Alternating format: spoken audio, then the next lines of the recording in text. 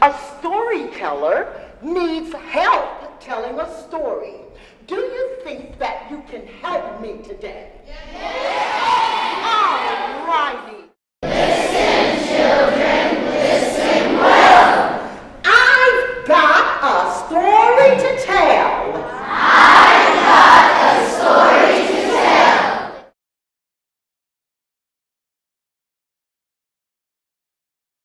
What Jim Crow laws said. They said, I'm glad you asked. They said that people like me, that was my color of skin, that were black people, African Americans, but back in the day, we weren't called that. We were called colored. They said that colored boys and girls, like I was, could not go to school with white boys and girls. They said that colored teachers could not teach white children, and white teachers could not teach colored children. It was a very awful, dark time in our history, in our nation. Okay. The celebration on the birth of the birthday and of course the life of Dr. Martin Luther King Jr. And as I come to celebrate, of course we're reflecting on his dream and his passion and his legacy to make America a better place. I remember one day, I was walking downtown Plant City, Florida. That's where I was born, that's where I was raised. And I was walking with my mother, holding my hand, she was, and I had to use the bathroom. Have you ever had to use the bathroom really bad? You start to do the dance.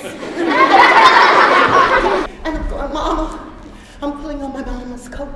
Mama, Mama, I got to use it.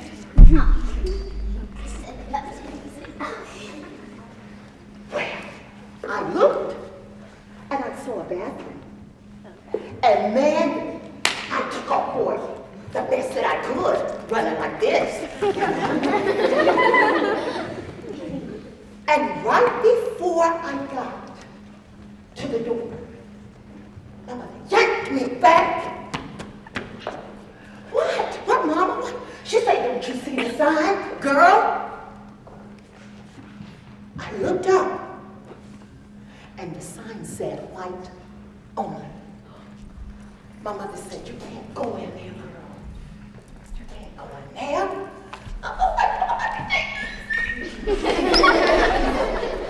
She said, you've got to go to the back of the building where it said colored only. I didn't know why I had to walk all the way back there, but I'll tell you this much. I made it without wetting and having an accident, but it was barely. But I never forgot that.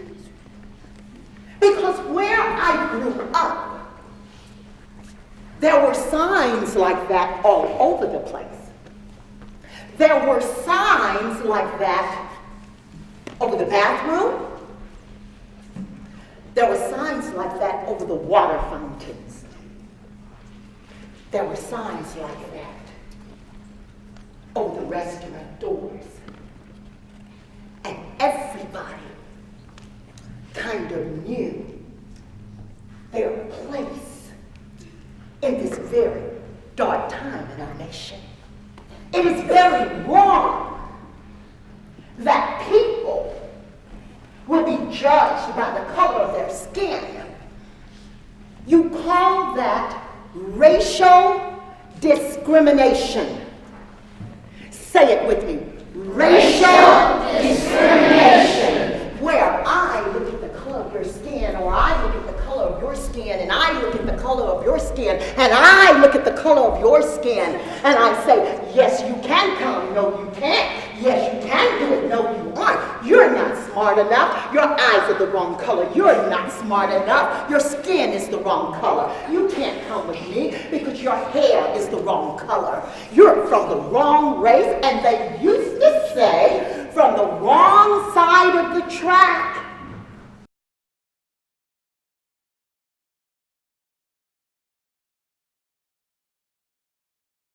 He had friends that blazed the trail and cracked the door and said that one person can make a difference if you're willing to stand.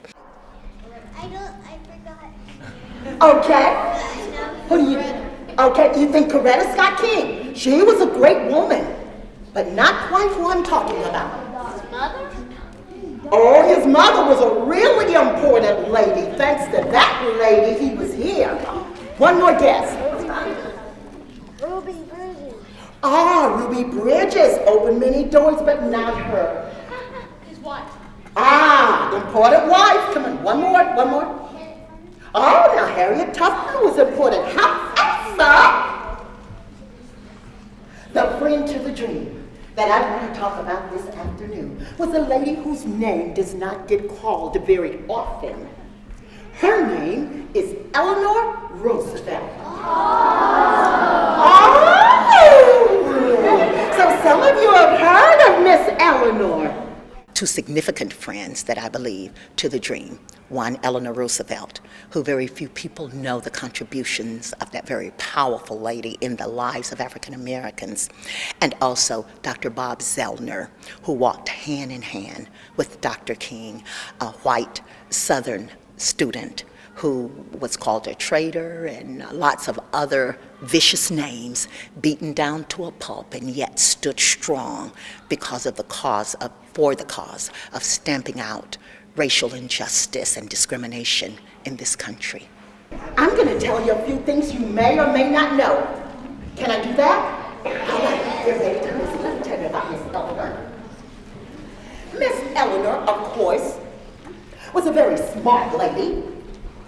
Miss Eleanor was educated in England, where all of the smart and aristocratic women went to be schooled. But guess what? Not only was she smart, but she had a heart. She had a tender heart. She was honest. She was caring, not just about people that were her color, but people of all colors. Now, when you are the president or the wife of the president of the United States, you are expected to do three things. Raise your children. She had 5 of them. Go to fancy parties and look fancy. This is my fancy look. What's your fancy look? Look fancy. You won't believe this. You won't believe this. What did I say? What was her responsibilities? Number 1, she had to raise her children. Number 2, she had to go to fancy parties and look good. Guess what? Number 3, you were to keep your mouth shut. The president's wife didn't run around talking, but guess what? There was something in Eleanor Roosevelt that would not let her see injustice and people being treated meanly, and she not do something about it. What I want them to know that even though it was a very dark period in our life, not all of the white people were in agreement with the discrimination and the unfair treatment of African Americans who were called colored during that era, and that not all of the white society were against Dr. King, but there were many who risked their lives, their reputation, their jobs, and their families for the sake of the cause. A beautiful colored woman, because of the color of her skin, the Daughters of the American Revolution said, you can't sing in our auditorium. Well, why can't I sing in your auditorium? Well, because you're colored. Huh? But I have a beautiful voice. But you're colored. But I studied with the best of the best, but you are colored. In our auditorium. Well, let me tell you something, boys and girls. When Miss Eleanor heard this, kneecap. Eleanor, her blood boiled. What does that mean?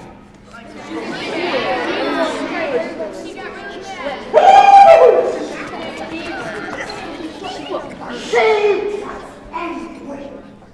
She stuck her face, but that wasn't enough. She went over, she pulled out her pad, she began to write a letter of resignation. She said, I will not be a part of an organization like this because if I remain a member, it says I'm in agreement, and I am not. But guess what? That was not enough. Miss Eleanor said, I will publish my letter in the paper, and millions of people will read it. But that was not enough. That was not enough. Eleanor Roosevelt did not think that that was right. Do you think that's right? No. So guess what Miss Eleanor Roosevelt did? She hightailed it right down to Tuskegee, Alabama. Say Tuskegee, Alabama. Tuskegee, Alabama. Well, say it like I said. Tuskegee. Tuskegee, Alabama. Alabama. Yes. She cried. Up in the cockpit. They said, Miss Roosevelt, you strapped in back there? She said, I sure is, and I'm ready to go. Take it, boys. And they flew, and they flew, and all of the newspapers took pictures of her. She went back and reported to her husband, President Roosevelt, if they're good enough for me to fly with, they're good enough for to fly in the military. Yes! Can I hear yes? Yes! I believe that when the children understand the full picture of our history, then they will understand truly what it means, Black history. Because Black history is America's history. And we must continue the work that was started by both the Blacks and the whites, Dr. King and the Dream and Friends of the Dream, to continue to make a difference in the lives of this great country, America.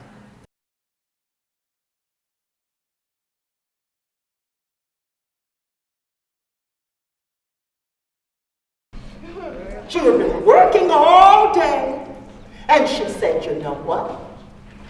I'm not giving up my seat. I've given up my seat before. Not today. And because of her stance, what they do? Take her to jail. They took her to jail, and they called a young minister by the name of Dr. Martin Luther King Jr. And they said, Dr. King, we want to fight. We've got our sticks ready. We've got our hoes ready. We've got bricks ready. We've got bombs ready. We've got everything ready. But Dr. said no. He said we will do it peacefully. And so then they did what we know as the Montgomery boycott. How many of you know that story? You know that. And we're so grateful because after a year, and so Dr. King and the organizers of the NAACP, that stands for the National Association for the Advancement of Colored People, they organized what we call sit-ins.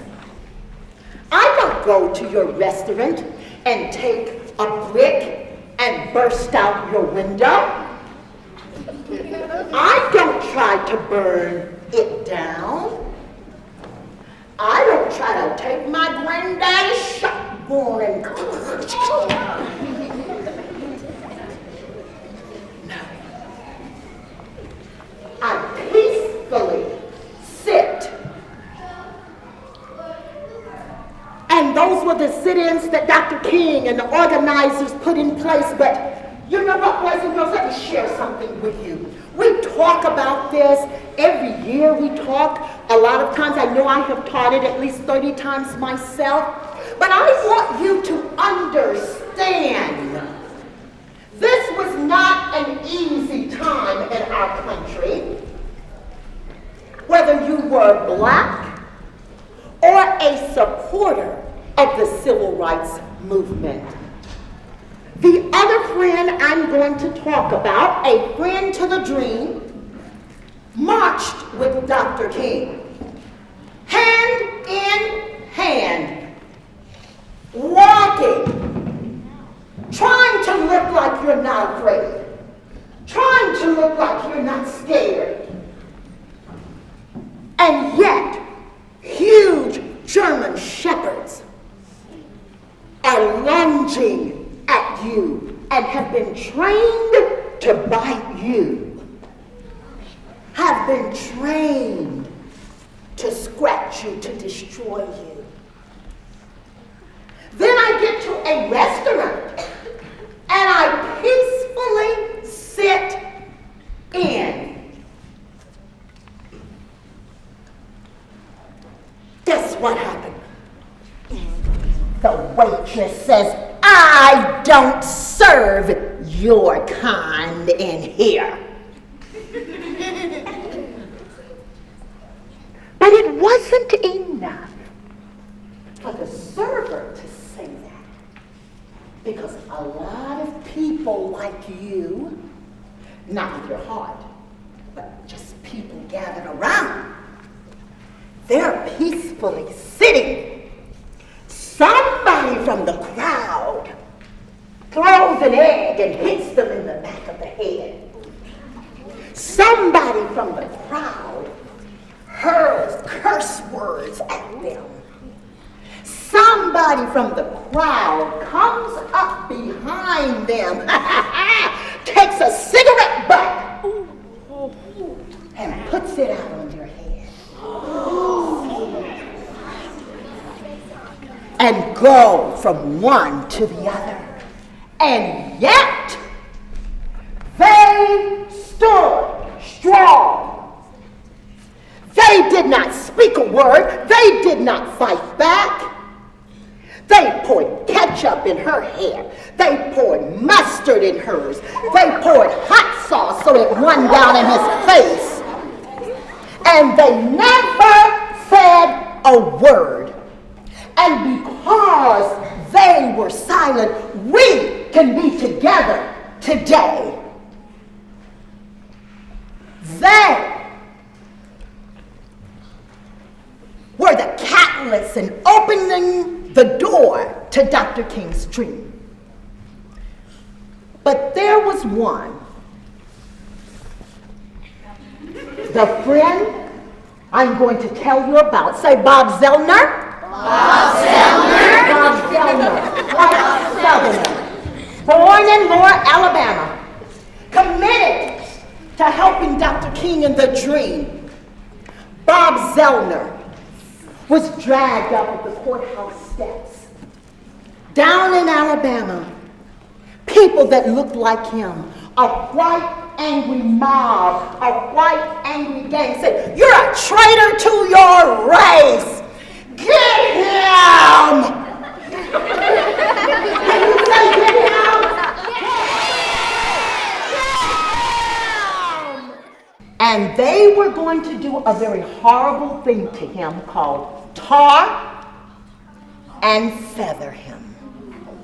They were going to take Bob Zellner, a young student who hated segregation, meaning separating the races, and, felt like all people should be treated fairly. They took Bob Zellner drug him down the courthouse steps until he got to the last rail. Bob Zellner said he knew if they were able to pry him from that rail, they would have probably killed him. But he grabbed that rail with me. Can't you see it happening? Grab that rail and lock on, and these people are beating him, and they're beating him, and they're beating him, and they're beating his hands, and they're saying, turn me loose, turn loose, and let us have you. They left him in a bloody heap. That is why today we are able to celebrate the dream. Bob Zellner was arrested, by the way, 18 times in 7 different states. A white Southerner committed to stamping out the evil of racism in America. The white Southerner who was committed to stamping out discrimination, so that today you can sit with this person and this person can sit with that person, and we can all walk together in brotherhood. I want you to help me say this. It does not matter what skin you're in. It does not matter what skin you're in. What matters is the person within. What matters is the person within. It does not matter what skin you're in.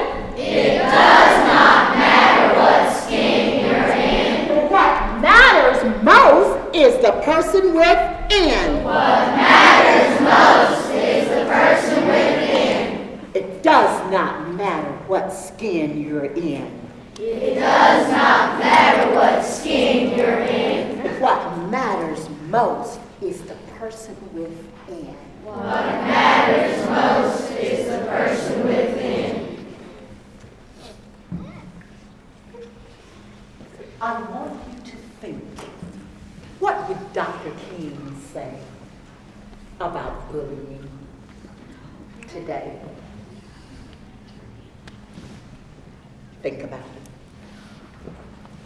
As we celebrate his birth, celebrate his life, and now you know not only about Dr. King's dream to stamp out racial injustice, you know about his friend's dream who walked beside him, both strong blacks and whites, for a single purpose.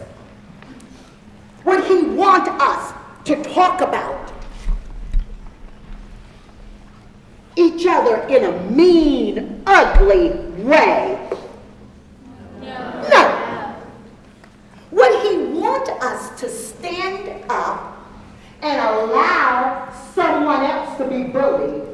No. And we don't tell a teacher? We stand back and laugh? Someone in my classroom may not be as fortunate as I am, and their tennis shoes look a little different from mine, and we talk about them. What would Dr. King think about that? You know, it might not be about the color of your skin, but it may be about which neighborhood you live in, what kind of clothes you're wearing, you know, what kind of gadgets you have and somebody else doesn't have, you know? And we can, you know, the strong picking on the weak. Dr. King would never have wanted that to occur, whether it's blacks against blacks, whites against whites, blacks against whites, or whatever nationality, Hispanic, you know, it does not matter. We are a global country, global world. And we must learn how to take love, take the peace, and take what Dr. King talked about, not only to my next door neighbor, but now we need to take it to the world because it is so needed, so needed. And that is what I'm hoping. When I was little and could not go into that bathroom, it's equally as bad if I'm afraid to go into the bathroom because I know my friends are in there. or my so-called friends, and they're talking about me. And they whisper just loud enough, Miss Scarborough, that I can hear them, but the teacher can't. You know what that says? It does not matter what skin you're in. What matters most is the person within. You can be black, you can be white, you can be Native American, Hispanic, but if your heart is an ugly black color, you are not a friend of the dream.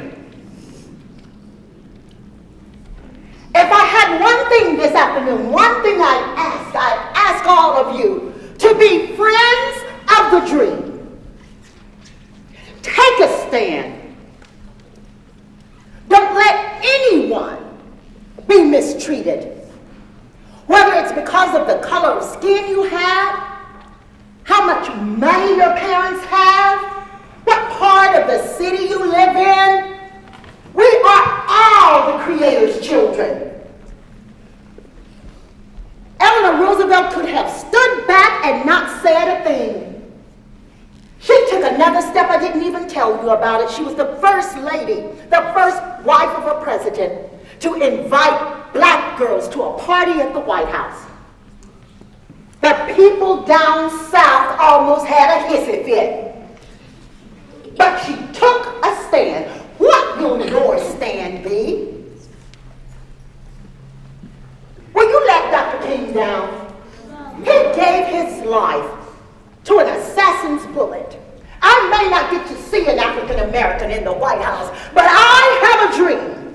I have a dream that my 4 young children will grow up in a nation where they will not be judged by the color of their skin, but by the content of their character. I have a dream that a man will enter the White House and will have brown skin and will be judged by the content of his character. I have a dream. We are living the dream. Let me hear you say it. We are living the dream. One more time. We are living the dream. Do not let Dr. Martin Luther King Jr.'s life be in vain. Honor the dream by being a friend of the dream. There's one last thing I'd like for us to do. There is a song that came up out of the movement, which stands for the triumphant and the victorious rise of equality in America. And it is a song that says, "We shall overcome." How many of you have heard it? Yes. I want you to join in with me. If we do not teach, if we do not continuously tell the stories, then we will forget. Both blacks and whites will forget. And many people say, well, it's good to forget. But no, it's not. Because when we forget, then we may be bound to repeat those same mistakes. And that's a time that we don't ever want to go back to in our country. And that's why I also tie in the bullying and how we children can sometimes think it's very innocent. But I see a very similar correlation there. Many of them prayed and never got an opportunity to see and experience the freedoms that you all have today. But we will honor them by singing, "We Shall Overcome." It goes like this. We shall overcome. We shall overcome. We're triumphant. We shall overcome someday.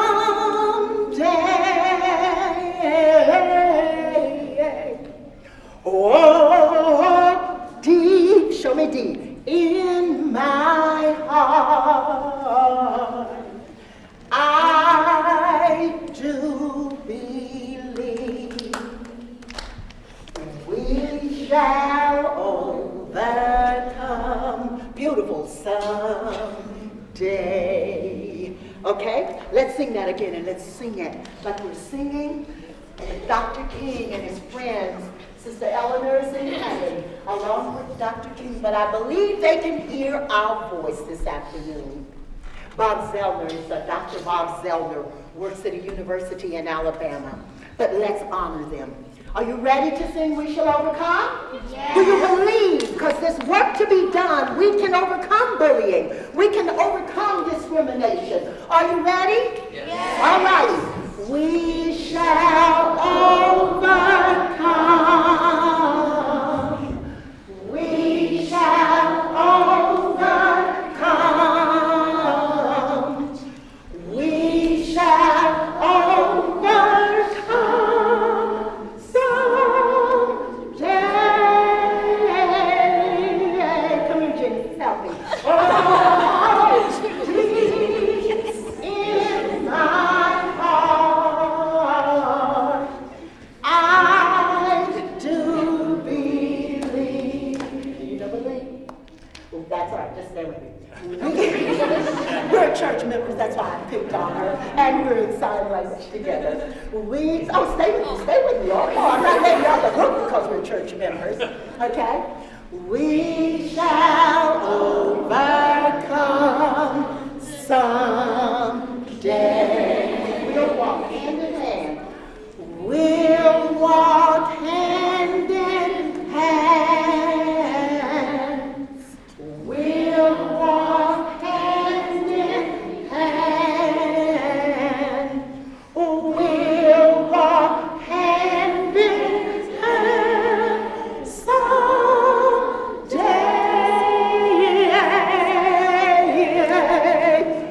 Oh, peace in my heart. I do believe we'll walk hand in hand someday. That as I tell the stories, that as we laugh, that as we sing the songs, if I tell them enough, if we sing enough, if we chant enough, the message will be embedded in the heart, and the hearts will be changed. That's what I want.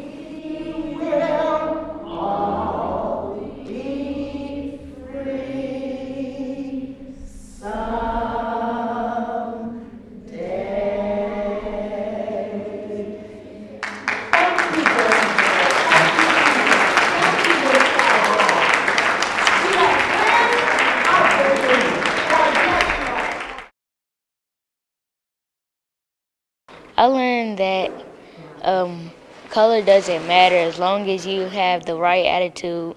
People will like you and they'll accept you as who you are. I learned that it doesn't matter what color your skin is, whether you're African American or you're white or Hispanic, Native American. It matters what's inside. It's what is inside that counts. I learned that it doesn't matter what the color of your skin is. It just matters where your heart is, and if you have a good attitude.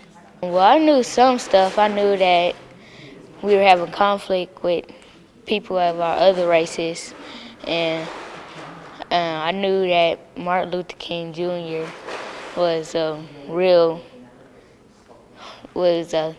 heart of the civil rights. I knew about how they went into restaurants and they sit in, and even though they got food thrown on them or things like being talked about or anything, they still stand strong. So. Because I have so many different friends, it's hard to believe that if we lived in a different time period or if things hadn't changed, I wouldn't be able to talk to them or anything. No, I really can't believe it. So, yeah. It's kind of shocking because, I mean, just like what she was saying, like Dr. Martin Luther King, he didn't want all this stuff to happen or us to be segregated or anything. So after this, I'll probably tell them that y'all are still my friends as long as you just keep your attitude up. You're fine. I'll accept you. Don't think about the color skin. Just think of us being all together.